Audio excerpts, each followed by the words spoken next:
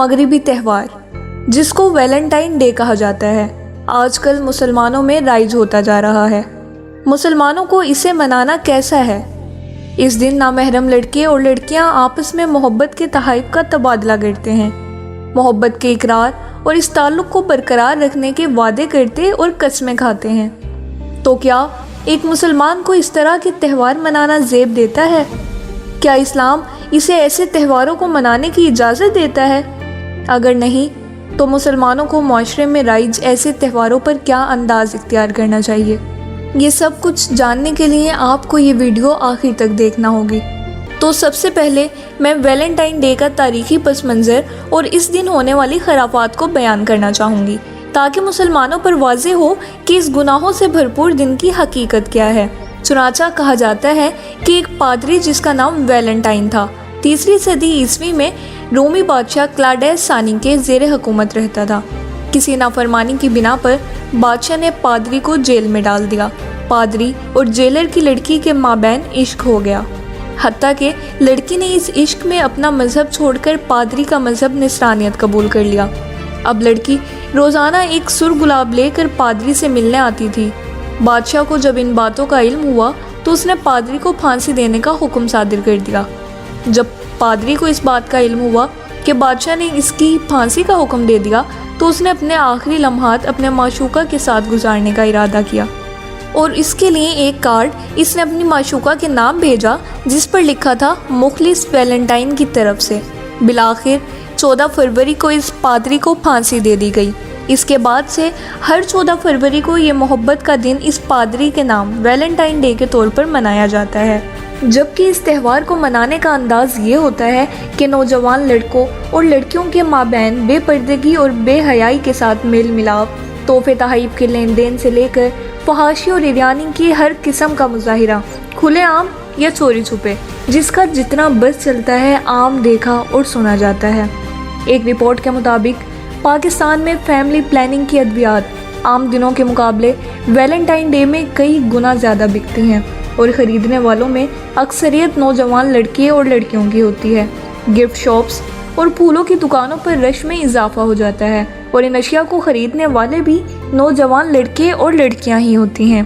مشرقی اقدار کے حامل ممالک میں کھلی چھوٹ نہ ہونے کی وجہ سے نوجوان جوڑوں کو محفوظ مقام کی تلاش ہوتی ہے۔ اس مقصد کے لیے اس دن ہوٹلز کی بکنگ عام دنوں کے مقابلے بڑھ جاتی ہے، اور بکنگ کرانے والے رنگ رلیاں منانے والے نوجوان لڑکے اور لڑکیاں ہی ہوتی ہیں۔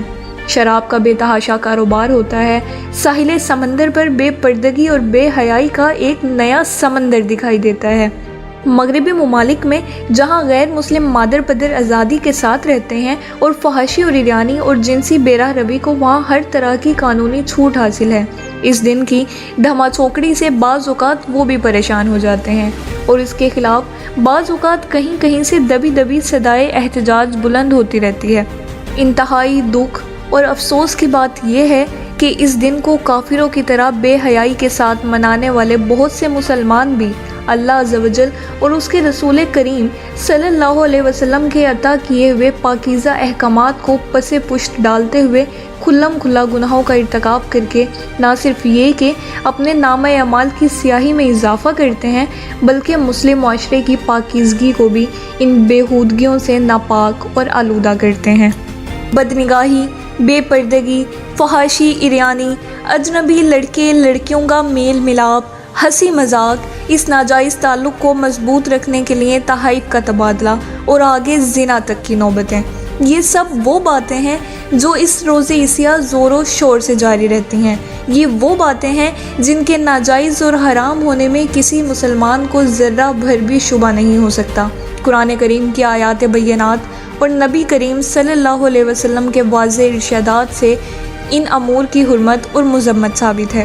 تو اس لیے مقصود یہ ہوتا ہے کہ مسلمانوں کو دینی نقطہ نظر سے سمجھایا جائے، اور اس دن کی خرافات کے ساتھ اس کو منانے کی شناعت اور برائی سے انہیں آگاہ کر کے ان کے دلوں میں خوف خدا اور شرم مصطفیٰ صلی اللہ علیہ وسلم پیدا کی جائے، تاکہ وہ ان ناپاکیوں سے تائب ہو کر اپنے افکار اور کردار کی اصلاح میں مشغول ہو کر بروز قیامت سرخرو ہوں۔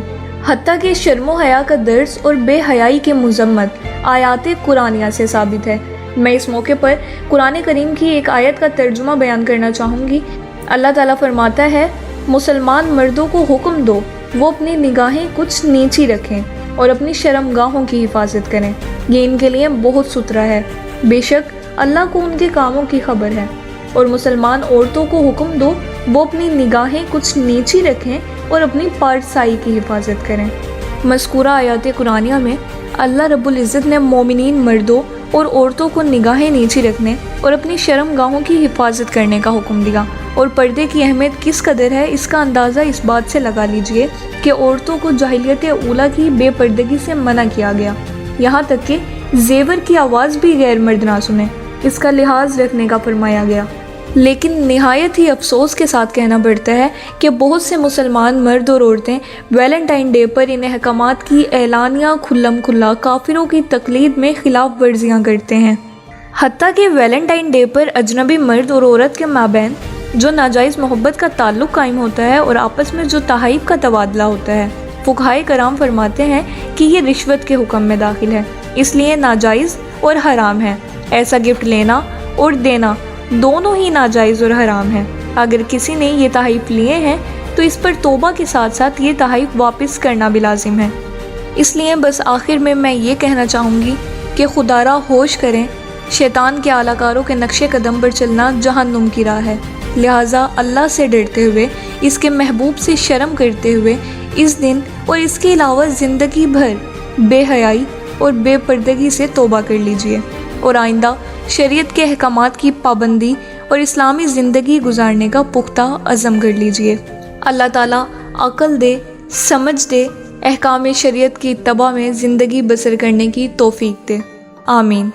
اللہ کرے دل میں اتر جائے میری بات۔